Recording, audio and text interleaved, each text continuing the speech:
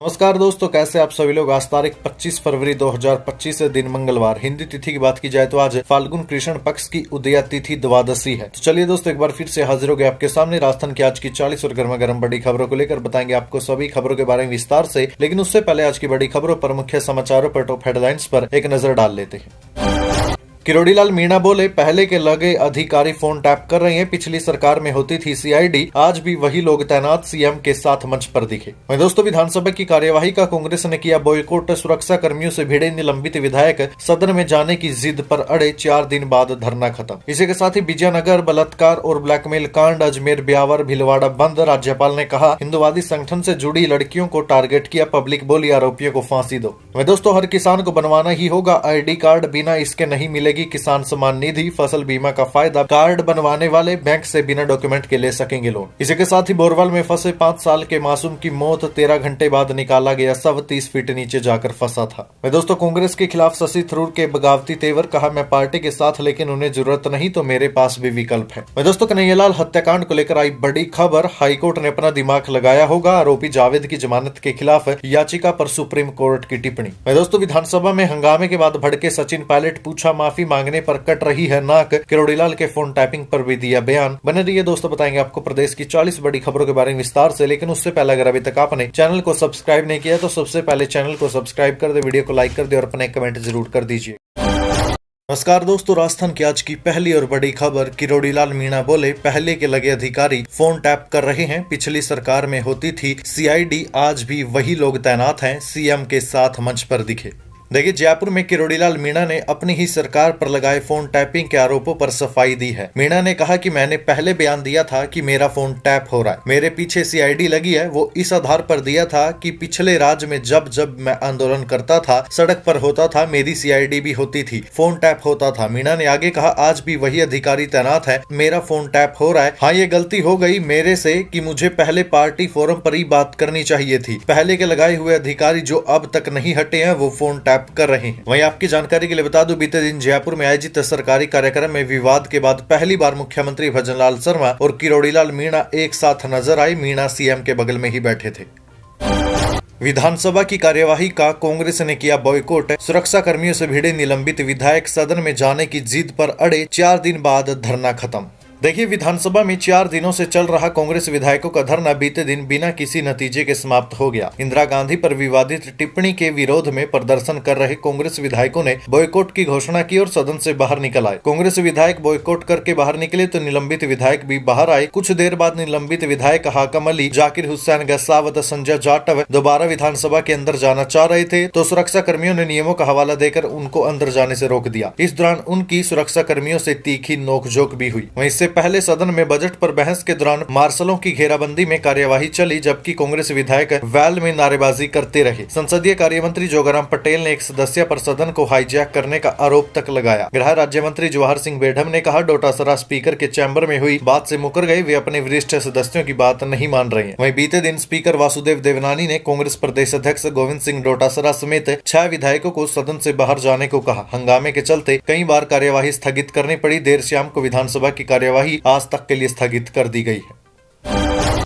विजयनगर बलात्कार और ब्लैकमेल कांड, अजमेर ब्यावर भिलवाड़ा बंद, राज्यपाल ने कहा हिंदुवादी संगठन से जुड़ी लड़कियों को टारगेट किया, पब्लिक बोली आरोपी को फांसी दो। देखिए, राजस्थान के ब्यावर जिले के विजयनगर में हुए बलात्कार और ब्लैकमेल कांड को लेकर गुस्सा शांत होता नहीं दिख रहा है। छात्राओं के साथ हुई ज्यादती के विरोध में बीते दिन अजमेर ब्यावर और भिलवाड़ा बंद का ऐलान किया गया था। इन जिलों में सुबह से ही जगह जगह धरना प्रदर्शन चला, आरोपियों को फांसी देने तक की मांग की गई। उधर राज्यपाल हरिबाबू बागड़े ने कहा, सिर्फ हिंदुवादी संगठन से जुड़ने के कारण कुछ लड़कियों को टारगेट किया गया। क्या हिंदुवादी संगठन से जुड़ना गुनाह है, पाप है? अब ऐसा नहीं चलेगा, अगर कोई हमें टारगेट करेगा तो हम भी जवाब देंगे। वहीं दोस्तों, जिन लोगों को नहीं पता कि आखिर ये पूरा मामला है क्या, इतना विवाद क्यों हो रहा है, तो इसके बारे में आपको बता देता हूं। स्कूल की नाबालिग लड़कियों से बलात्कार और उन्हें ब्लैकमेल करने का मामला 15 फरवरी को सामने आया था। विजयनगर, जो कि ब्यावर में पड़ता है, वहां स्थित प्राइवेट स्कूल में पढ़ रही लड़कियों से बलात्कार और अश्लील फोटो वीडियो बनाकर ब्लैकमेल करने की जानकारी सामने आई थी। नाबालिग छात्राओं के परिवार वालों ने इसकी रिपोर्ट दर्ज करवाई थी। आरोप लगाया था कि लड़कियों को जबरन कलमा पढ़ने, रोजा रखने और धर्मांतरण के लिए विवश किया जा रहा था। इस मामले में पुलिस ने पोक्सो सहित अन्य धाराओं में मामला दर्ज करके जांच शुरू की। अब तक 8 आरोपियों को गिरफ्तार कर 3 नाबालिग को डिटेन किया गया है। पहले पार्षद हकीम कुरैशी को 23 फरवरी को गिरफ्तार किया गया था। इसको कोटड़ा स्थित पोक्सो कोर्ट के जज के आवास पर उसी दिन शाम को पेश किया गया था। पूर्व पार्षद को 5 दिन के रिमांड पर लिया गया था। उस पर अन्य आरोपियों का सहयोग करने का आरोप है। श्रवण जो कि एक कैफे संचालक है, इसी के साथ ही करीम और आशिक,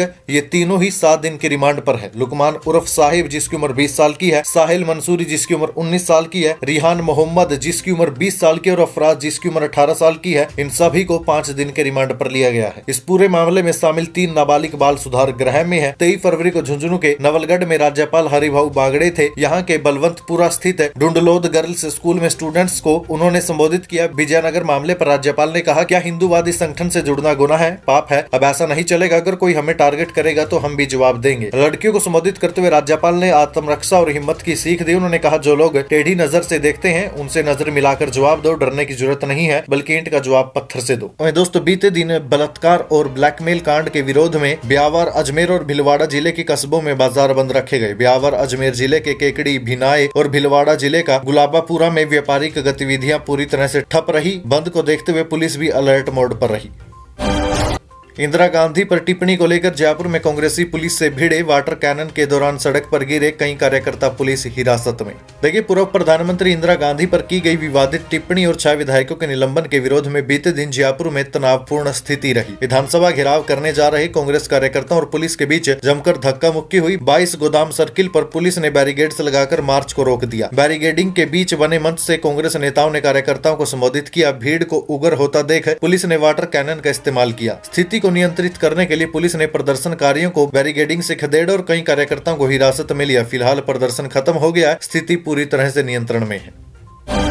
हर किसान को बनवाना ही होगा आईडी कार्ड, बिना इसके नहीं मिलेगी किसान सम्मान निधि। फसल बीमा का फायदा, बैंक से बिना डॉक्यूमेंट के ले सकेंगे लोग। देखिए, जितने भी किसान भाई हमारे इस खबर को देख रहे हैं वो इस खबर को जरा ध्यान से सुनिएगा। आपके लिए खबर बड़े काम की है। राजस्थान में आधार कार्ड की तरह ही किसानों का फार्मर रजिस्ट्री कार्ड बनाया जा रहा है। इसके लिए केंद्र सरकार के फार्मर रजिस्ट्री कार्ड प्रोजेक्ट के तहत प्रदेश के सभी किसानों और उनकी खेती की जमीन का ऑनलाइन डेटा तैयार किया जा रहा है। कार्ड से किसानों से जुड़ी योजनाओं में फर्जीवाड़ा करने वालों और नकली किसानों पर भी अंकुश लग सकेगा। इतना ही नहीं, इससे बेनामी कृषि संपत्तियों का भी खुलासा हो सकेगा। प्रोजेक्ट के तहत प्रदेश के सभी जिलों में 5 फरवरी से लेकर 31 मार्च तक कैंप लगाकर किसानों के यूनिक आईडी कार्ड बनाए जा रहे हैं। दोस्तों, कार्ड को लेकर कई किसानों के मन में कई सवाल है, जैसे कि इस प्रोजेक्ट का आखिर मकसद क्या है। तो दोस्तों, इसका मकसद सीधा सा है कि किसानों की पहचान और पंजीकरण करना है, किसानों को ऑनलाइन सरकारी योजनाओं और सेवाओं का लाभ पहुंचाना, किसानों की आमदनी और उत्पादन की जानकारी इकट्ठा करना, किसानों को बीज, उर्वरक और अन्य कृषि सामग्री की उपलब्धता सुनिश्चित करना, किसानों की समस्याओं का समाधान करना। अब एक सवाल ये भी है कि फार्मर रजिस्ट्री कैंप में कार्ड को बनवाने के लिए आखिर डॉक्यूमेंट्स क्या क्या चाहिए। तो दोस्तों, किसान को आधार कार्ड, अपडेटेड नवीनतम खसरा जमाबंदी की कॉपी, आधार से जुड़े मोबाइल नंबर वाला फोन अपने साथ कैंप में लाना जरूरी होगा। एक मोबाइल नंबर से अधिकतम 2 किसान अपना फार्मर रजिस्ट्री कार्ड बनवा सकते हैं। वहीं कई किसानों के मन में यह सवाल भी है कि क्या किसान को हर साल इस कार्ड को अपडेट या रिन्यू करवाना पड़ेगा। तो दोस्तों, इसका सीधा सा जवाब है कि नहीं। कार्ड के लिए प्रोसेस सिर्फ एक बार ही अपनाई जानी है। फिलहाल फार्मर रजिस्ट्री कार्ड के उत्तराधिकारी बदलाव या जमीन खरीद या फिर जमीन बेचान होने की स्थिति में अपडेशन किए जाने का प्रावधान किया जा रहा है। दोस्तों, बात करते हैं फार्मर रजिस्ट्री कार्ड से किसान को आखिर क्या क्या फायदे मिलेंगे। तो देखिए दोस्तों, बार बार KYC करवाने की आवश्यकता नहीं पड़ेगी। बैंक से डिजिटल माध्यम से कृषि लोन बिना किसी दस्तावेज के पात्रता के अनुसार प्राप्त किया जा सकेगा। कृषि और कृषि से जुड़े विभाग की सभी योजनाओं में सब्सिडी का लाभ भी पारदर्शी तरीके से उपलब्ध होगा। किसान को फसली ऋण और फसल बीमा की क्षतिपूर्ति तथा आपदा राहत प्राप्त करने में आसानी होगी। इसके अलावा किसानों से जुड़ी योजनाओं में फर्जीवाड़ा करने वालों और नकली किसानों पर भी अंकुश लग सकेगा। इतने ही नहीं, इससे बेनामी कृषि संपत्तियों का भी खुलासा हो सकेगा।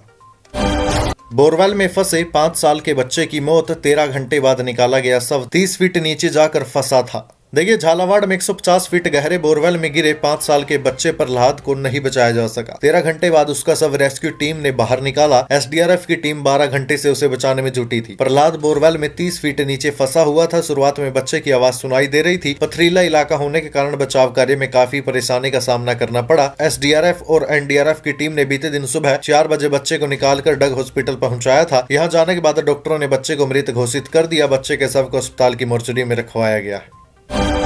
पीली लुगड़ी गीत पर जमकर नाचे कैबिनेट मंत्री डॉक्टर किरोड़ीलाल मीणा। गमछा भी हवा में लहराया। मीणा समाज के स्नेह मिलन समारोह में हुए शामिल। देखिए, जालोर के रानीवाड़ा में मीणा समाज के एक समारोह में पहुंचे कैबिनेट मंत्री डॉक्टर किरोड़ीलाल मीणा ने जमकर डांस किया। राजस्थानी गीत पीली लुगड़ी गाने पर कैबिनेट मंत्री ने महिलाओं के साथ हाथ उठाकर डांस किया, फिर अपना गमछा हवा में भी लहराया। उनके इस अनोखे अंदाज को समर्थकों ने मोबाइल कैमरे में कैद किया, जिसे अब सोशल मीडिया पर भी जमकर शेयर किया जा रहा है। दरअसल रानीवाड़ा के रघुनाथ बिश्नोई मेमोरियल कॉलेज के खेल मैदान में मीणा समाज के द्वारा स्नेह मिलन समारोह का आयोजन किया गया था, जिसमें कैबिनेट मंत्री डॉक्टर किरोड़ीलाल मीणा मुख्य अतिथि के रूप में शामिल हुए थे।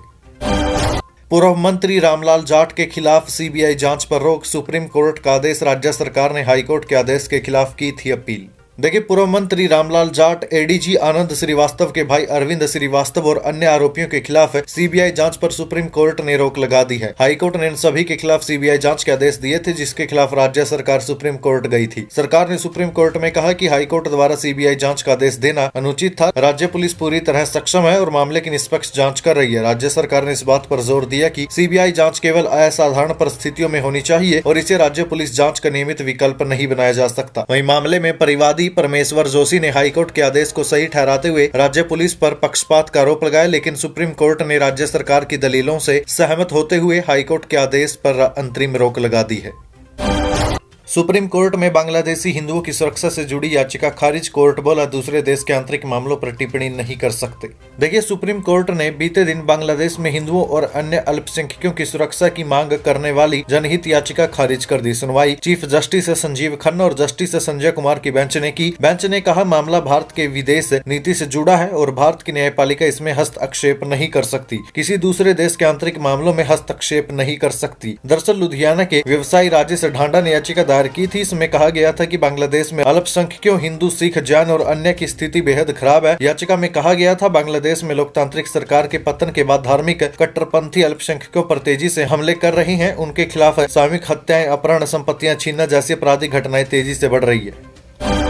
कांग्रेस के खिलाफ शशि थरूर के बगावती तेवर, कहा, मैं पार्टी के साथ लेकिन उन्हें जरूरत नहीं तो मेरे पास भी विकल्प है। देखिए, कांग्रेस सांसद शशि थरूर पार्टी के खिलाफ बगावती तेवर दिखा रही हैं। उन्होंने कहा कि मैं कांग्रेस में हूं, लेकिन अगर पार्टी को मेरी जरूरत नहीं तो मेरे पास भी विकल्प मौजूद हैं। हालांकि थरूर ने पार्टी बदलने की अफवाहों का खंडन करते हुए कहा कि भले ही विचारों में अंतर हो, लेकिन वो ऐसा नहीं मानते। केरल के तिरुवनंतपुरम में 4 बार के सांसद शशि थरूर ने हाल ही में केरल की वामपंथी विजयन सरकार की नीतियों और प्रधानमंत्री नरेंद्र मोदी के अमेरिकी राष्ट्रपति ट्रंप से मुलाकात की तारीफ की थी। उन्होंने केरल में पार्टी नेतृत्व को लेकर भी सवाल उठाए। इसके बाद पार्टी की केरल इकाई के मुखपत्र ने उन्हें नसीहत देते हुए लेख छापा था। थरूर ने इन विवादों पर एक मलयालम पॉडकास्ट में कहा कि उन्होंने कभी भी खुद को एक राजनेता के रूप में नहीं सोचा और न ही अपने विचार संकीर्ण रखे। उन्होंने विवादों पर मीडिया से बातचीत में कहा, नो कमेंट से आप भारत और पाकिस्तान के मैच का आनंद लीजिए। पटवारी भर्ती में ईडब्ल्यूएस को मिली एसटी से ज्यादा सीटें, किरोड़ीलाल मीणा बोले, अधिकारी का हाथ पकड़ के साइन करवाऊंगा। देखिए, भाजपा ने तो राज्य सरकार में मंत्री किरोड़ीलाल मीणा इन दिनों सरकार से नाराज है। वो अपनी ही सरकार पर खुद के फोन टैपिंग का आरोप लगा चुके हैं। उसके बाद एक बार फिर से उन्होंने कहा कि मेरा फोन अभी भी टैप हो रहा है। हालांकि इससे पहले पार्टी की तरफ से उन्हें नोटिस दिया जा चुका है, जिसका उन्होंने जवाब दिया था। किरोड़ीलाल ने मंच से पटवारी भर्ती में अलग अलग वर्गों के पदों को लेकर भी किए गए वर्गीकरण पर बयान दिया है। उन्होंने कहा कि अभी पटवारियों का कोई मामला चल रहा है, तो मुझे तो अभी पता चला। लोगों ने मुझसे कहा कि बगड़ी लालसोट में पंचायत हो रही है, लोग मुझे गाली दे रहे हैं, लेकिन मेरी माँ कहा करती थी गालियों से गुमड़े नहीं होते हैं। मैंने पूछा कि समस्या क्या है, तो पता चला कि पटवारियों के पद कम कर दिए गए। मैंने कहा कि कोई बात नहीं, मेरे पास आ जाना, जिस अधिकारी ने आपके पद कम किए हैं उसका हाथ पकड़ के साइन करवा के आपके पूरे पदों पर ज्वाइनिंग दिलवा दूंगा। दरअसल दोस्तों, प्रदेश में राजस्थान कर्मचारी चयन बोर्ड की ओर से पटवारी सीधी भर्ती 2025 का आधिकारिक नोटिफिकेशन जारी होने के साथ ही आरक्षण वर्ग से पदों के बंटवारे का नया विवाद पैदा हो गया। अभ्यर्थियों ने आरक्षित वर्गों के आरक्षण प्रतिशत की कथित अनदेखी करने का आरोप लगाकर सोशल मीडिया पर मोर्चा खोल दिया। नॉन टीएसपी के 1733 पदों में से एससी, एसटी और ओबीसी के पदों में कथित कटौती करने और एमबीसी और ईडब्ल्यूएस श्रेणी पर ज्यादा पद दिए जाने का मामला तूल पकड़े हुए। हाईकोर्ट ने अपना दिमाग लगाया होगा, आरोपी जावेद की जमानत के खिलाफ याचिका पर सुप्रीम कोर्ट की टिप्पणी।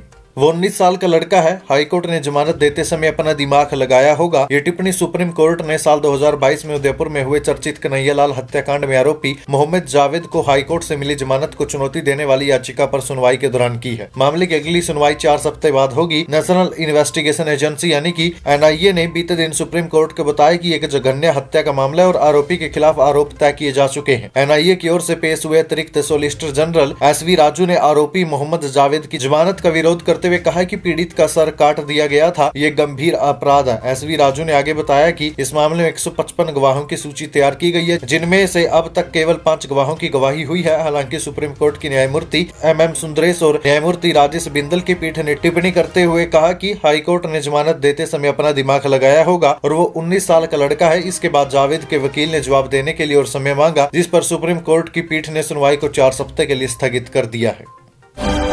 विधानसभा में हंगामे के बाद भड़के पायलट, पूछा माफी मांगने पर कट रही नाक, किरोड़ीलाल के फोन टैपिंग पर दिया बयान। देखिए, भजनलाल सरकार में मंत्री अविनाश गहलोत द्वारा इंदिरा गांधी को लेकर की गई टिप्पणी और 6 कांग्रेस विधायकों के निलंबन को लेकर सदन में गतिरोध अभी भी बना हुआ है। इस मामले को लेकर उप मुख्यमंत्री सचिन पायलट ने राजस्थान सरकार पर जमकर निशाना साधा। उन्होंने कहा कि हम सिर्फ यही चाहते हैं कि मंत्री और सरकार इतना कह दे कि हमारी इंदिरा गांधी के प्रति कोई दुर्भावना नहीं है। इतना नहीं कह सकते तो हम भी यहाँ बैठे हैं और सरकार भी। सचिन पायलट ने मीडिया को संबोधित करते हुए कहा कि इतिहास गवाह है, देश की प्रधानमंत्री जिन्होंने अपने पेट में 32 गोलियां खाई, एक पूर्व प्रधानमंत्री को शहीद किया गया। सदन की परंपरा होती है कि जो व्यक्ति सदन का सदस्य नहीं है, दुनिया में नहीं है, और जो महिला देश की प्रधानमंत्री रही हो, उसके खिलाफ इस प्रकार की बात बोलना जहां उनका कोई संदर्भ नहीं था, उनकी धारणा जानबूझकर उन्हें अपमानित करने की है। यदि हमारे नेता की कोई अवमानना करता है तो सहन नहीं करेंगे। इसके अलावा उन्होंने कहा कि इस भाजपा सरकार संसद में अम्बेडकर को अपमानित करती है और राजस्थान सरकार पूर्व प्रधानमंत्री इंदिरा गांधी को विधानसभा में अपमानित करती है, जिससे सदन में सवाल के जवाब न देने पड़े, संवाद न हो पाए। ये केवल कीचड़ उछालने का काम कर रही हैं, जो किसी भी सरकार को शोभा नहीं देता। मुख्यमंत्री को इस पर स्पष्टीकरण देना चाहिए। 3-4 दिन के धरने के बाद, चर्चा के बाद सहमति बन रही थी तो सत्ता पक्ष ने फिर से मामले को बिगाड़ दिया। सरकार के मुख्यमंत्री और मंत्री ने ठीक नहीं समझा कि इस पर खेद प्रकट करें। वहीं पायलट ने कहा कि हमारे विधायकों को सस्पेंड कर दिया, इससे लोग आपको बहादुर नहीं समझेंगे। सरकार में धारणा बन चुकी है कि सदन में हंगामा करो और विपक्ष को करने से दूर रखो। सदन चलाना सरकार की जिम्मेदारी होती है और विपक्ष की नहीं। एक बार के मंत्री को प्रश्नकाल के दौरान पूर्व प्रधानमंत्री इंदिरा गांधी का जिक्र करने की जरूरत ही कहां थी। अपने विवेक से जानबूझकर इसका जिक्र किया गया। साथ ही भाजपा के प्रभारी मंत्री की पीठ थपथपाने का काम कर रहे हैं। इसके अलावा किरोड़ीलाल मीणा के फोन टैपिंग मामले को लेकर सचिन पायलट ने कहा कि किरोड़ीलाल कहकर थक गए कि मेरा फोन टैप हो रहा है। न ही उनको निकालते हैं और न ही उनको काम देते हैं। भाजपा सरकार में आपस में गतिरोध है। दिल्ली और जयपुर में तनाव के कारण सदन को चलाना नहीं चाहते। उन्होंने कहा कि हम सिर्फ यही चाहते हैं कि मंत्री और सरकार इतना कह दे हमारी इंदिरा गांधी के प्रति कोई दुर्भावना नहीं है। इतना नहीं कह सकते तो हम भी यहाँ बैठे हैं और सरकार भी यहीं बैठी है।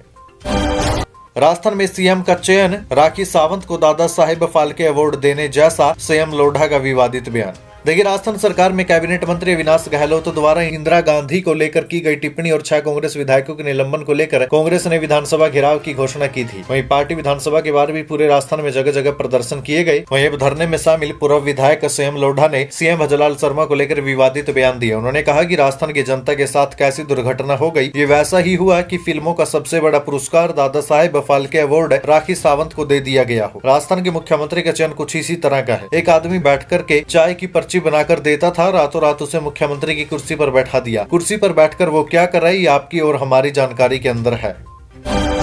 राजस्थान में फिर से बारिश की संभावना। बीते दिन 8 शहरों में तापमान 10 डिग्री से नीचे दर्ज किया गया। जानते हैं अब आगे कैसा रहेगा मौसम। देखिए दोस्तों, राजस्थान में सुबह और शाम अब भी सर्दी का जोर है। सीकर, पिलानी समेत 8 शहरों में न्यूनतम तापमान 10 डिग्री सेल्सियस से नीचे दर्ज किया गया। दोस्तों, अब 27 फरवरी से हल्की बारिश या बूंदाबांदी हो सकती है। जयपुर मौसम केंद्र के अनुसार राजस्थान में एक पश्चिमी विक्षोभ सक्रिय होने की संभावना है, जिसके प्रभाव से राज्य में बादल छाएंगे। कहीं कहीं हल्की बारिश या बूंदाबांदी हो सकती है। इस सिस्टम का असर 1 मार्च तक रहने की संभावना है। कोटा में जाम में फंसे 3 साल के बच्चे की मौत। माँ बाप रास्ता देने के लिए पुलिस के सामने गिड़गिड़ाते रहे, हॉस्पिटल ले जा रहे थे।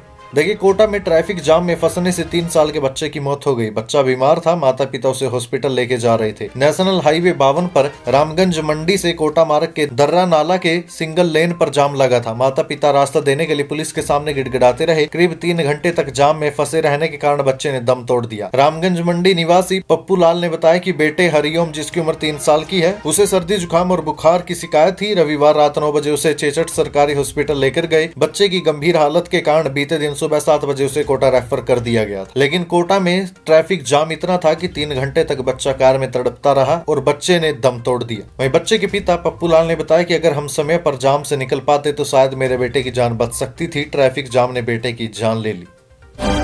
जयपुर में सट्टा खिलाने वालों के पास करोड़ों की लग्जरी गाड़ियां, कार का नंबर भी 0007, अमेरिका, यूएई और इंडोनेशिया के नोट मिले। देखिए, जयपुर में सट्टा खिलाकर साइबर फ्रॉड करने वाले 2 बदमाशों को पुलिस ने गिरफ्तार किया है। इन बदमाशों के पास से पुलिस को एक डिफेंडर गाड़ी, वोल्वो कार और स्कॉर्पियो मिली है। इनकी कीमत करोड़ों में है। इन कारों के नंबर भी VVIP यानी कि 0007 और 777 है। दोनों ही बदमाश महादेव सट्टा लाइन से जुड़कर लोगों के साथ ठगी का काम किया करते थे। दोस्तों, अब ये बीते दिनों पुलिस के हत्थे चढ़ गए। वहीं आरोपियों के पास से 10 नोट, $100 के इंडोनेशियाई मुद्रा के 1 लाख के 8 नोट, 5000 के 7 नोट, 2000 का 1 नोट, वहीं यूनाइटेड अरब अमीरात करेंसी के 1000 के 4 नोट, 100 का 1 नोट, वहीं 5 के 20 नोट, 50 के 6 नोट और 10 के 26 नोट और 20 के 4 नोट मिले।